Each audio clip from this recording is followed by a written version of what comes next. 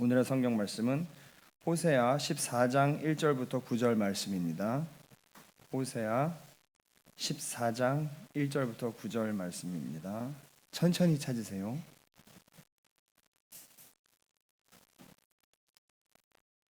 호세아 14장 1절부터 9절 말씀입니다.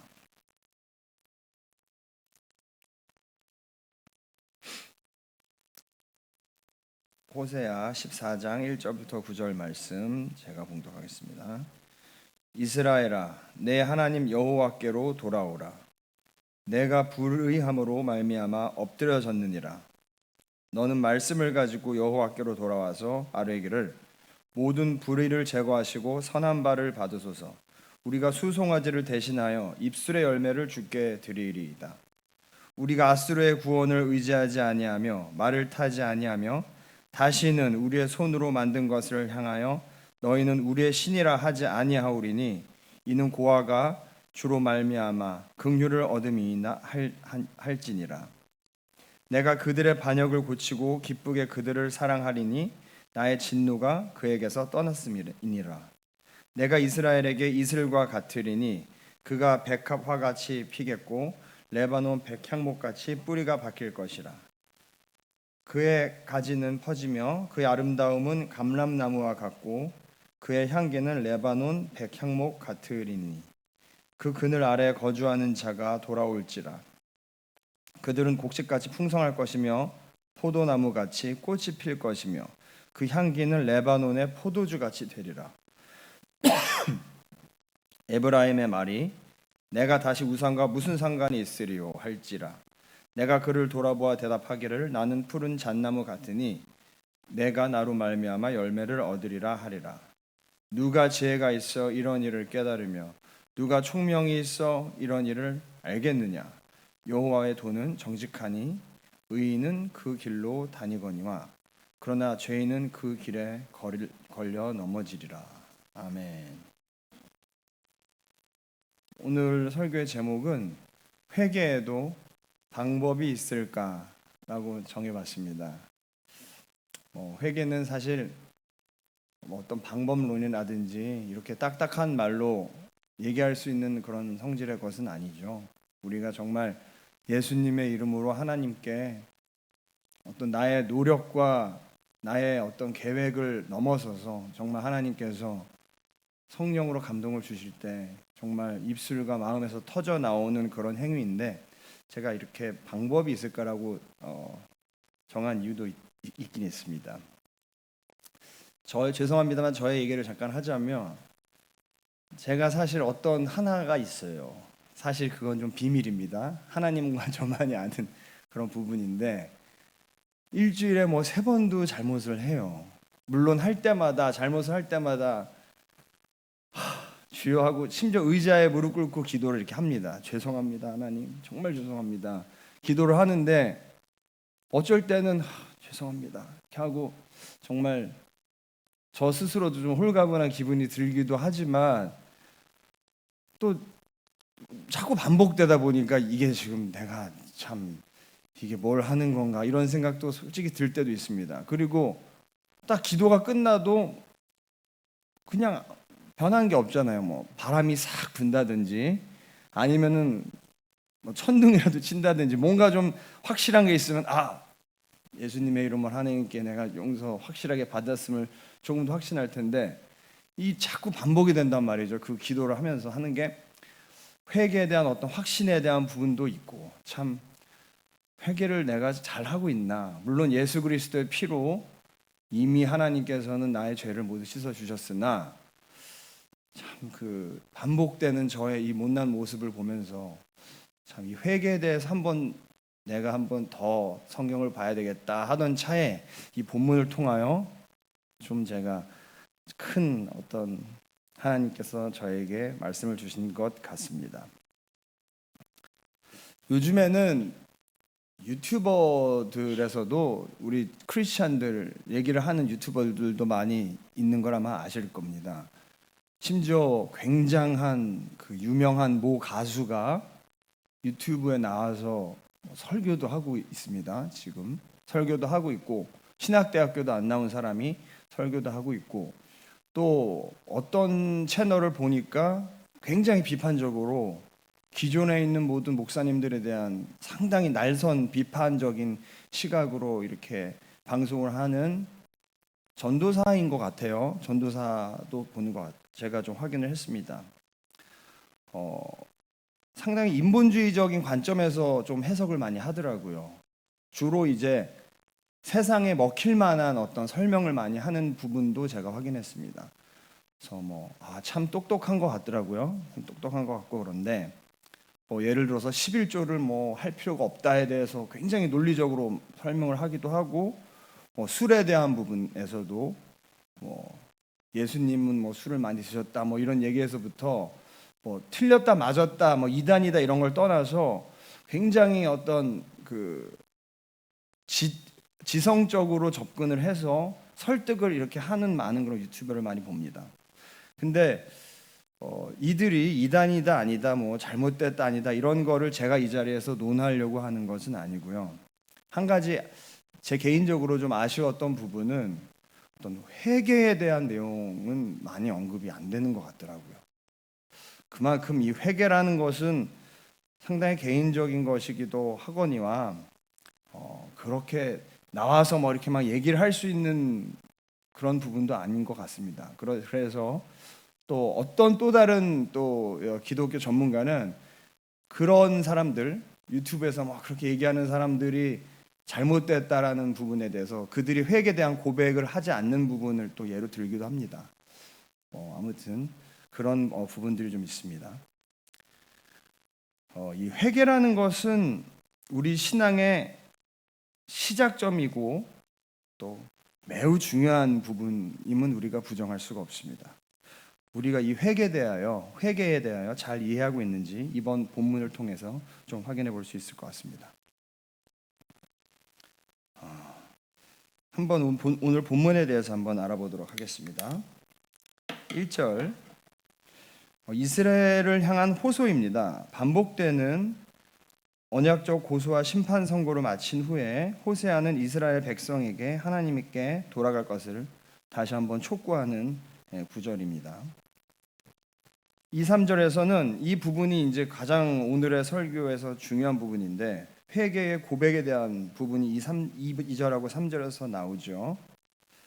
그들이 회개하고 여호와께 돌아갈 때에는 이 말씀들을 가지고 가야 한다고 얘기합니다. 이스라엘의 고백들은 참된 회개가 무엇인지를 우리에게 보여줍니다. 첫 번째로 우리의 불의를 제거해 주소서라고 얘기하고요. 우리의 선한 바 언약의 율법대로 사는 삶을 받으소서. 세 번째로 헛된 짐승 제사 대신 우리 입술의 열매 곧 우리가 하나님 앞에 선한 대로 삶의 제사를 드리겠나이다 라고 얘기합니다. 그들이 고백해야 할 말 중에는 하나님이 아닌 것을 더 이상 의지하지 않겠다는 서약이 있어야 한다고 얘기합니다. 이 회개에 서약이 있어야 된다고 얘기합니다.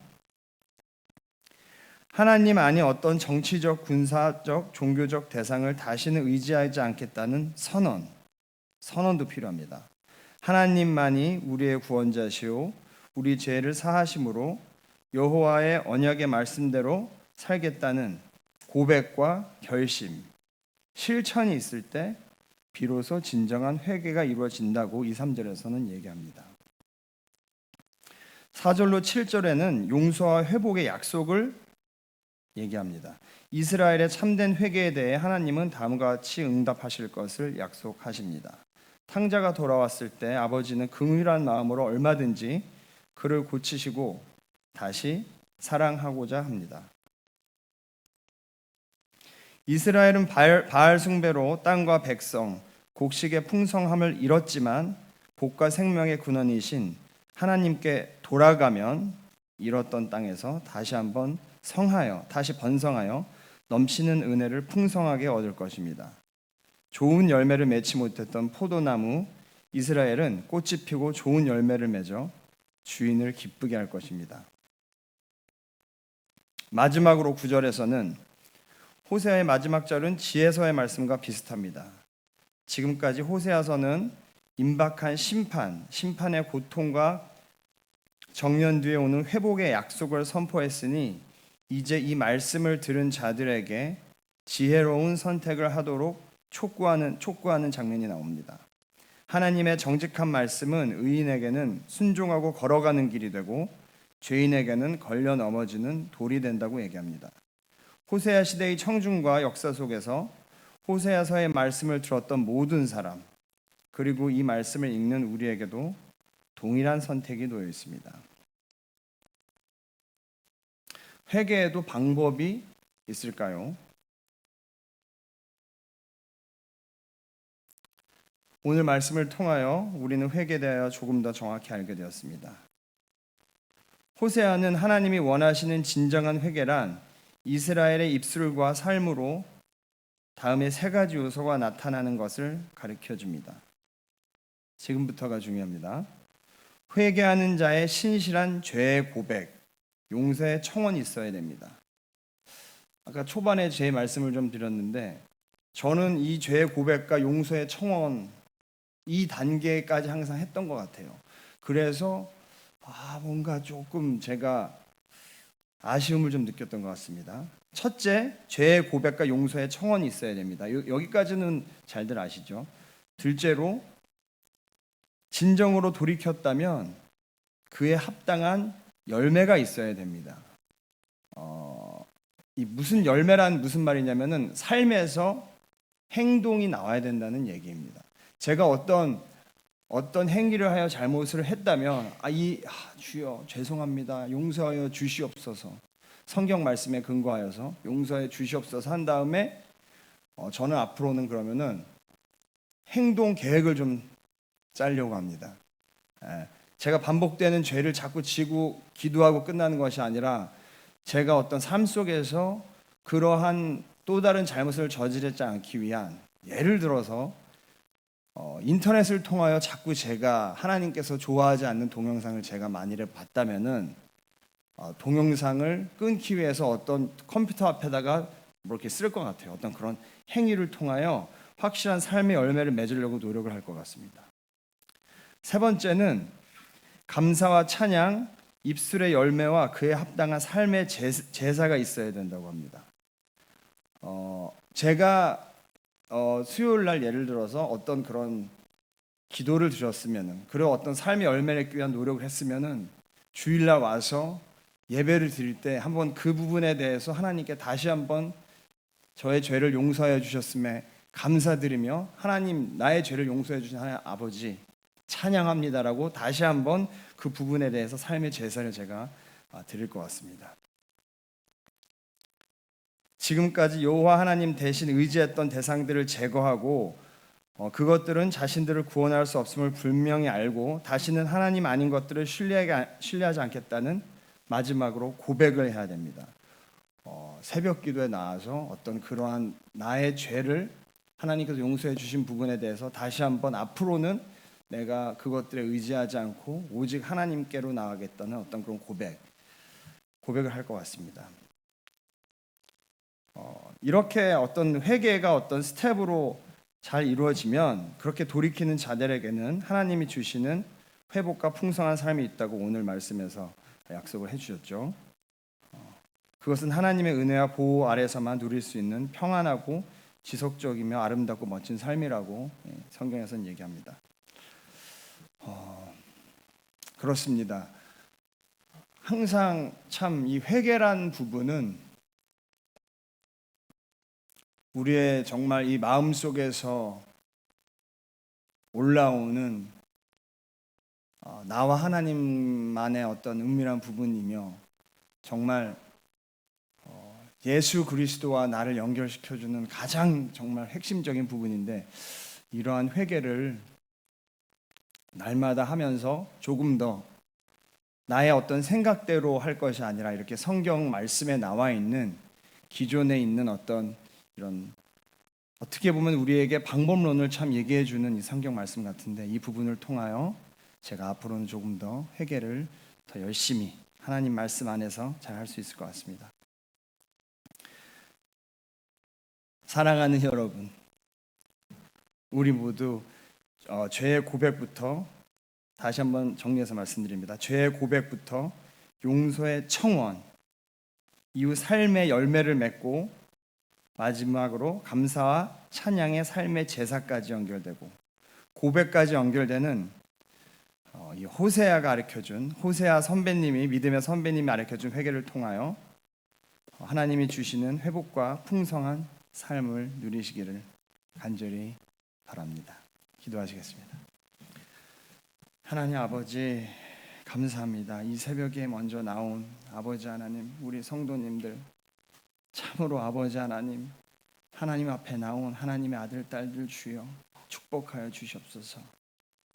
아버지, 우리는 아버지 하나님 이 삶을 살면서 아버지 하나님 수많은 유혹과 참으로 나로서 어찌할 수 없는 아버지 하나님 그 아버지 매일매일의 산더미와 같은 죄를 저지르며 살고 있습니다.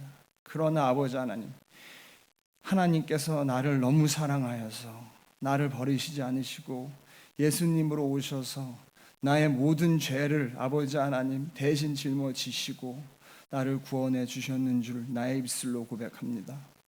나의 삶을 살아가면서 아버지 하나님, 그럼에도 불구하고 날마다 아버지 하나님 이 정말 죄된 속성에서 아버지 하나님 참으로 실수를 많이 저지르는 참으로 하나님의 참 이 철없는 막내 아들 같은 모습을 자꾸 하나님께 보여드립니다. 그러나 아버지 하나님 예수님의 이름으로 하나님 앞에 회개할 수 있으니 아버지 하나님 감사합니다. 아버지 하나님 앞으로는 아버지 하나님 정말 기도를 통하여 하나님께 나의 죄를 고백한 다음 아버지 하나님 그 다음에 아버지 삶 속에서 그 죄를 짓지 않기 위한 아버지 또 다른 인간적인 노력이 될지라도 계획표를 세워서라도 그 죄를 다시는 짓지 않는 노력을 아버지 하나님 앞에 삶의 열매를 드릴 수 있도록 노력을 하고 그 다음에 아버지 하나님 예배를 통하여 아버지 하나님 나의 죄를 하나님께서 씻어주셨음에 감사드리는 아버지 하나님 삶의 예배를 드리고 마지막으로 하나님께서 나의 죄를 용서하여 주셨다는 그런 고백을 드리는 아버지 하나님 정말 그러한 회개를 아버지 하나님 예수님의 이름으로 하나님께 드릴 수 있는 아버지 하나님의 그러한 아들 딸이 될 수 있도록 축복하여 주시옵소서. 아버지 하나님 지금 이 순간에는 특별히 아버지 우리 수표교 교회 아버지 우리 가족들 중 몸이 아픈 아버지 우리의 아버지 가족들을 위하여 특별히 기도합니다. 아버지 하나님 삶의 아버지 하나님 그 벼랑 끝과 같은 그런 기분을 느낄 때에 오직 예수 그리스도를 의지하는 그런 삶이 될 수 있도록 축복하여 주시옵소서. 우리 가족들이 아버지 하나님 그들을 위하여 예수님의 이름으로 아버지 기도합니다. 그들의 영과 아버지 육을 위로하여 주시고 모든 것은 하나님의 계획과 뜻대로 되겠지만 아버지 하나님 때로는 하나님께서 하나님의 계획을 아버지 돌이키신다고 성경 말씀에도 분명히 말씀하셨습니다. 어떠한 상황 속에서도 아버지 우리는 연약하여 하나님께 무조건 살려달라고 기도할 수밖에 없습니다. 주여 아버지 하나님 우리를 불쌍히 여겨 주시고 아버지 하나님 병마와 싸우고 있는 우리의 아버지 친구들을 아버지 하나님 위로하여 주시옵시고 특히 아버지 하나님 어떠한 상황 속에서도 그들의 아버지 하나님 마음속에 예수 그리스도께서 주시는 평강의 마음을 허락하여 주시옵소서. 아버지 하나님 특별히 아버지 하나님 오늘 물질로 아버지 하나님께 영광을 돌리고자 아버지 한 우리의 가족들이 있습니다. 아버지 하나님 이것이 단지 물질에 그치는 것이 아니라 아버지 이 새벽 제단에 아버지 하나님께 드린 아버지 그 마음인 줄로 믿습니다. 그들을 아버지 하나님 특별히 아버지 하나님 긍휼히 여겨 주시옵시고 그들의 마음을 알아주시옵시고 아버지 하나님 그들의 삶 속에서 하나님의 사랑이 더욱더 넘쳐날 수 있도록 축복하여 주시옵소서. 아버지 하나님 수능이 얼마 남지 않았습니다. 아버지 하나님 수능이 인생의 전부는 아니지만 우리나라에서는 아버지 하나님 이 수능이 아버지 우리에게는 굉장히 중요한 의미를 차지하고 있습니다. 수능 자체를 시험을 잘 보고 인생에서 성공하는 것보다 아버지 하나님 이 수능이란 큰 시험의 과정을 통하여 하나님을 만나는 역사가 이루어질 수 있도록 축복하여 주시옵소서.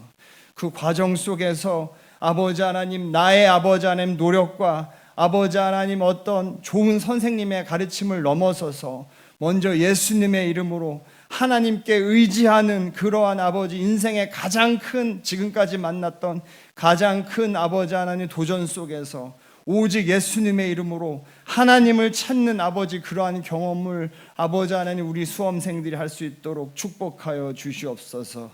그리하여 앞으로 인생을 살아감에 있어서 가장 큰 순간이 왔을 때에 그 어떤 존재보다도 예수님의 이름으로 하나님을 의지하는 아버지, 우리의 아버지 수험생, 아버지 우리의 자녀들이 될 수 있도록 축복하여 주시옵소서. 아버지 하나님 감사합니다. 이 새벽 제단을 아버지 하나님 앞에 나오게 하여 주셔서 감사합니다. 이 모든 말씀 살아계신 주 예수님 이름으로 간절히 기도드렸사옵나이다. 아멘. 하늘에 계신 우리 아버지여, 이름이 거룩히 여김을 받으시오며 나라가 임하옵시며 뜻이 하늘에서 이루어진 것 같이 땅에서도 이루어지이다. 오늘 우리에게 일용할 양식을 주시옵고 우리가 우리에게 죄 지은 자를 사하여 준 것 같이 우리 죄를 사하여 주시옵고 우리를 시험에 들게 하지 마시옵고 다만 악에서 구하시옵소서. 나라와 권세와 영광이 아버지께 영원히 있사옵나이다. 아멘.